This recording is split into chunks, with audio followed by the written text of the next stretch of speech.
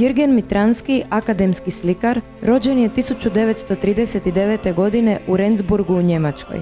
Studirao je grafiku i dizajn na Državnoj akademiji za grafiku, tisak i dizajn, a slikarstvo na Visokoj školi za umjetnost u Berlinu. Čitav radni vijek je predavao na srednjim višim školama za umjetnost u Njemačkoj, a onda je prije vremena otišao u penziju kako bi se potpuno mogao posvetiti slikarstvu.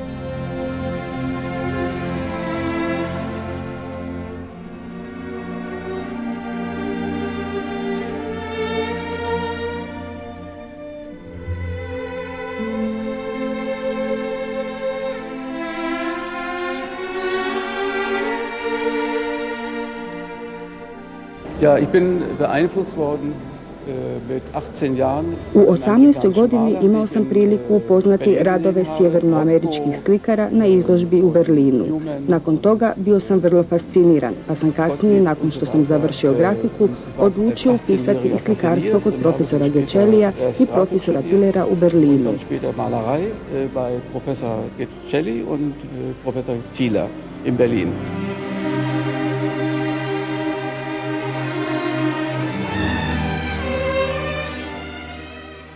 Težnja Jürgena Mitranskog za apsolutnim slikarstvom razvila se postupno. U njegovim ranijim dijelima očitavaju se asocijacije krajolika, a već godinama njegova djela bitno određuju umjetnikovi redoviti boravci u Hrvatskoj, osobito na Jadranskoj obali. On je dijelom vezan za Njemačku, ali veliki dio godine provodi u Murteru. Vezao se je za to podneblje, za te ljude i očito je da mu je Dalmacija i naša svjetlost i boje postalo izvorištem inspiracije i morfologije njegova slikarstva. To su sve, možemo reći, na neki način dalmatinske impresije, ovo što vidimo oko nas.